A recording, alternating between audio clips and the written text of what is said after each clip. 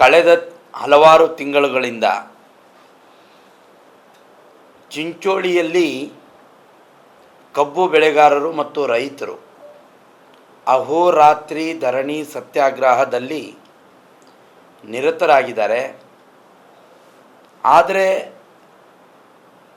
ಕಿವಿ ಕಣ್ಣುಗಳಿಲ್ಲದ ಸರ್ಕಾರ ಅವ್ರ ಕಡೆ ಎಚ್ಚೆತ್ತು ಕೂಡ ನೋಡದೇ ಇರತಕ್ಕಂಥದ್ದು ಇದೊಂದು ಅಪಹಾಸ್ಯವೇ ಸರಿ ಅಂತ ನನಗನ್ನಿಸ್ತದೆ. ಕಲಬುರಗಿಯಲ್ಲಿ ಜಿಲ್ಲಾಡಳಿತ ನಿದ್ರೆ ಮಾಡ್ತಾ ಇದೆ. ಇಲ್ಲಿಯವರೆಗೂ ಜಿಲ್ಲೆಯ ಉಸ್ತುವಾರಿ ಸಚಿವರಾಗಲಿ, ಜಿಲ್ಲೆಯಲ್ಲಿರುವಂಥ ಸಚಿವರಾಗಲಿ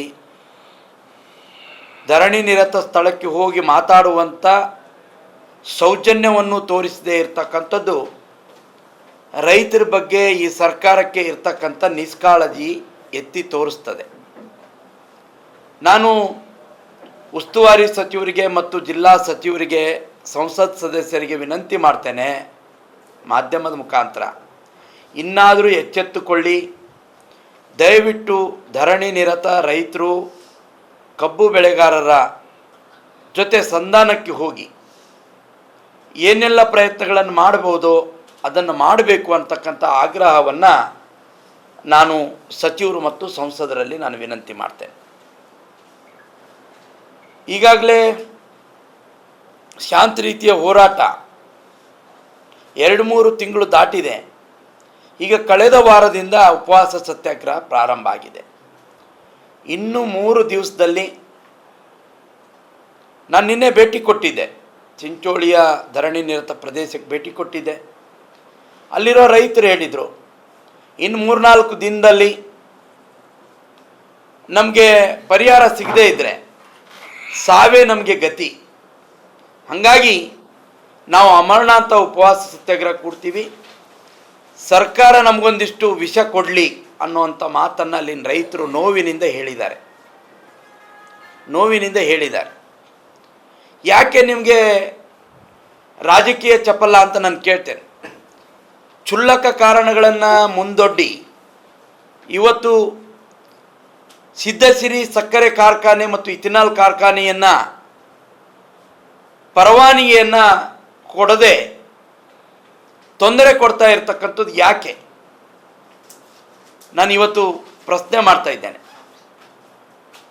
ಸರ್ಕಾರ ಮನಸ್ಸು ಮಾಡಿದರೆ ಇದನ್ನು 2-3 ದಿನದಲ್ಲಿ ಪರಿಹಾರ ಮಾಡ್ಬೋದಾಗಿತ್ತು.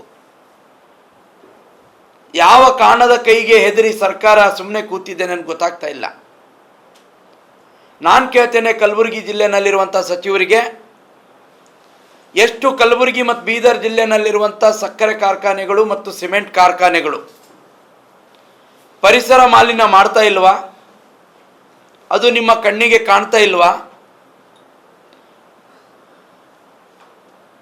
ಯಾಕೆ ಸಿದ್ಧಸಿರಿ ಮಾತ್ರ ನಿಮ್ಮ ಕಣ್ಣಿಗೆ ಬೀಳ್ತಾ ಇದೆ?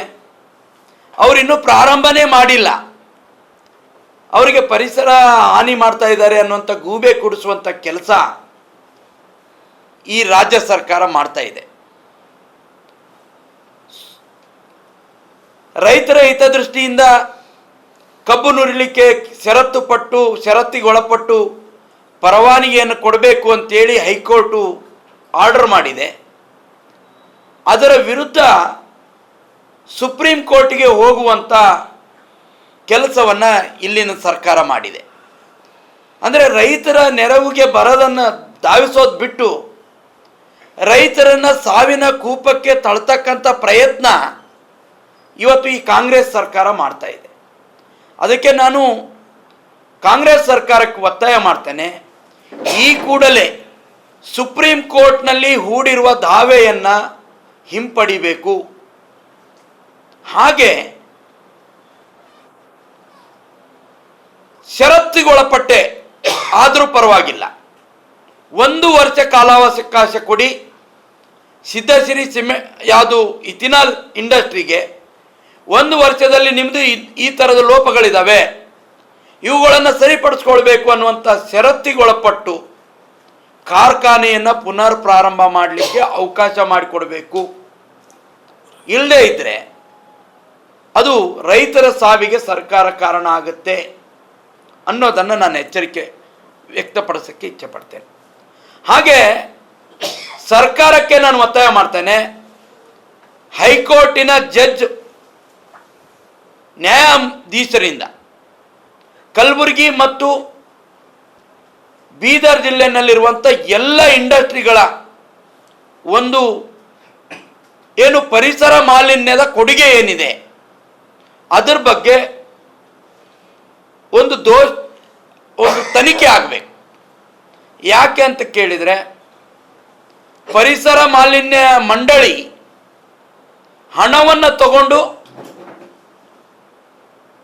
ಇವತ್ತು ಭ್ರಷ್ಟಾಚಾರದಲ್ಲಿ ಮುಳುಗಿ ತನಗೆ ಬೇಕಾದಂಥ ಕಂಪನಿಗಳಿಗೆ ಕ್ಲಿಯರ್ ಚೀಟ್, ತನಗೆ ಬೇಡವಾದ ಕಂಪನಿಗಳಿಗೆ ತಡೆ ಒಡ್ಡುವಂಥ ಕೆಲಸ ಮಾಡ್ತಾ ಇದೆ. ಪಕ್ಷಪಾತ ಧೋರಣೆಯನ್ನು ಅನುಭವಿಸ್ತಾ ಇರುವಂಥ ಈ ಪರಿಸರ ಮಾಲಿನ್ಯ ಮಂಡಳಿಯ ಮೇಲೆ ನಮಗೆ ನಂಬಿಕೆ ಇಲ್ಲ. ಹಾಗಾಗಿ ತಕ್ಷಣವೇ ಹೈಕೋರ್ಟ್ ಜಡ್ಜ್ ಮುಖಾಂತರ ಪರಿಸರ ಮಾಲಿನ್ಯದ ತನಿಖೆ ಆಗಬೇಕು. ಆ ತನಿಖೆಯ ವರದಿಯ ಮೇಲೆ ಕಲಬುರಗಿ ಬೀದರ್ ಜಿಲ್ಲೆಯಲ್ಲಿರುವಂಥ ಎಲ್ಲ ಇಂಡಸ್ಟ್ರಿ, ಮತ್ತೊಂದು ಇಂಡಸ್ಟ್ರಿ ಇರ್ಬೋದು, ಅದು ಪರಿಸರಕ್ಕೆ ಹಾನಿ ಆಗೋದಿಲ್ಲ ಅಂದರೆ ಅದಕ್ಕೆ ಪರವಾನಗಿ ಮುಂದುವರಿಸಬೇಕು. ಯಾವುದು ಕಾರ್ಖಾನೆಗಳಿಗೆ ಪರಿಸರದಿಂದ ಹಾನಿ ಇದೆಯೋ ಪರಿಸರಕ್ಕೆ, ಅಂಥದನ್ನು ಮುಚ್ಚುವಂಥ ಕೆಲಸ ಆಗಬೇಕು ಅಂತೇಳಿ ನಾನು ಈ ಸರ್ಕಾರಕ್ಕೆ ಆಗ್ರಹ ಮಾಡ್ತಾ ಇದ್ದೇನೆ. ಮತ್ತೆ ಹೇಳ್ತೇನೆ, ಭಾರತೀಯ ಜನತಾ ಪಾರ್ಟಿ ರೈತರ ಒಂದು ಶಾಂತ ರೀತಿಯ ಹೋರಾಟಕ್ಕೂ ಬೆಂಬಲ ಕೊಟ್ಟಿದೆ. ರೈತರು ಹೇಳಿದರು, ಇನ್ನು ಮುಂದೆ ನಮ್ಮದು ಶಾಂತ ರೀತಿಯ ಹೋರಾಟ ಆಗೋದಿಲ್ಲ, ಉಗ್ರವಾದ ಹೋರಾಟಕ್ಕೆ ನಾವು ಇಳಿಬೇಕಾಗ್ತದೆ, ಕಾನೂನನ್ನು ಕೈಗೆತ್ತಿಕೊಳ್ಳುವಂಥ ಕೆಲಸ ಮಾಡಬೇಕಾಗ್ತದೆ ಅಂತಕ್ಕಂಥ ಮಾತನ್ನು ಅವರು ಹೇಳಿದ್ದಾರೆ. ಅವರ ಎಲ್ಲ ಹೋರಾಟಕ್ಕೂ ಕೂಡ ಭಾರತೀಯ ಜನತಾ ಪಾರ್ಟಿ ಬೆಂಬಲ ಕೊಡ್ತದೆ.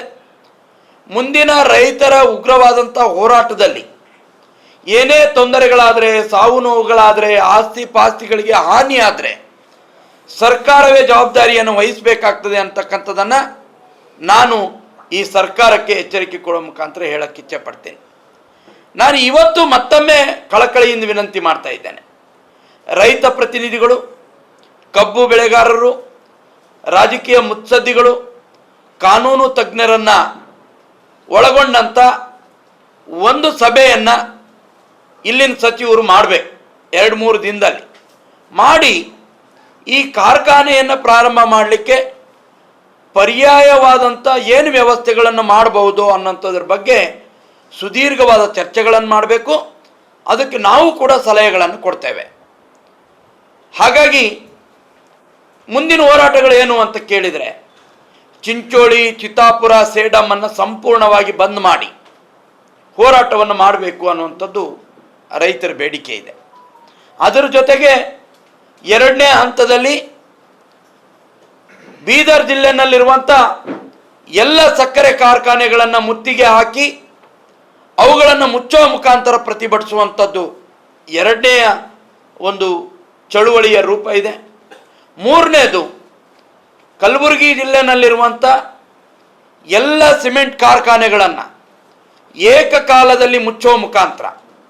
ಯಾಕೆ ಅಂದರೆ ಅವುಗಳು ಕೂಡ ಪರಿಸರದ ಯಾವುದೇ ನಾರ್ಮ್ಸನ್ನು ಪಾಲಿಸ್ತಾ ಇಲ್ಲ. ಆದರೆ ಪತ್ರಕರ್ತರು ಕೇಳ್ಬೋದು ನಮಗೆ, ಯಾಕೆ ನೀವು ಸುಮ್ಮನೆ ಕೂತಿದ್ದೀರಿ ಅಂತ. ಜನರ ಹಿತಕ್ಕೋಸ್ಕರ ನಾವು ಒಂದಿಷ್ಟು ರಾಜಿಯನ್ನು ಆಗಿರ್ಬೋದು. ಜನರಿಗೆ ಉದ್ಯೋಗ ಕೊಡ್ತಾ ಇದೆ, ಅದರಿಂದ ಪರೋಕ್ಷ ಅಪರೋಕ್ಷವಾದಂಥ ಉದ್ಯೋಗಗಳು ಸೃಷ್ಟಿ ಆಗ್ತಾ ಇದೆ ಅನ್ನೋ ಕಾರಣಕ್ಕೆ. ಆದರೆ ಇವತ್ತು ಲಕ್ಷಾಂತರ ರೈತರ ಜೀವಕ್ಕೆ ಕುತ್ತನ್ನು ಕೊಡ್ತಕ್ಕಂಥ ಕೆಲಸ ಕಾಂಗ್ರೆಸ್ ಸರ್ಕಾರ ಮಾಡ್ತಾ ಇರೋದು ನೋಡಿದರೆ, ಇವತ್ತು ನಾವು ಎಲ್ಲ ಸಿಮೆಂಟ್ ಇಂಡಸ್ಟ್ರಿಗಳನ್ನು ಏಕಕಾಲದಲ್ಲಿ ಮುಚ್ಚುವ ಮುಖಾಂತರ ಈ ಹೋರಾಟಕ್ಕೆ ತೀವ್ರವಾದಂಥ ಸ್ವರೂಪವನ್ನು ಕೊಡಬೇಕು. ಎಲ್ಲಿಯವರೆಗೆ ಸಿದ್ಧಸಿರಿ ಕಾರ್ಖಾನೆಯನ್ನು ಪ್ರಾರಂಭ ಮಾಡಲಿಕ್ಕೆ ಸರ್ಕಾರ ಮುಂದೆ ಬರೋದಿಲ್ವೋ ಅಲ್ಲಿಯವರೆಗೆ ನಮ್ಮ ಹೋರಾಟ ನಿಲ್ಲೋದಿಲ್ಲ. ಅದು ಉಗ್ರವಾದಂಥ ಸ್ವರೂಪ ಪಡ್ಕೊಳ್ತದೆ ಅಂತಕ್ಕಂಥ ಮಾತನ್ನು ಈ ಸಂದರ್ಭದಲ್ಲಿ ನಾನು ಸರ್ಕಾರಕ್ಕೆ ಎಚ್ಚರಿಕೆಯನ್ನು ಕೊಡಲಿಕ್ಕೆ ನಾನು ಬಯಸ್ತೇನೆ.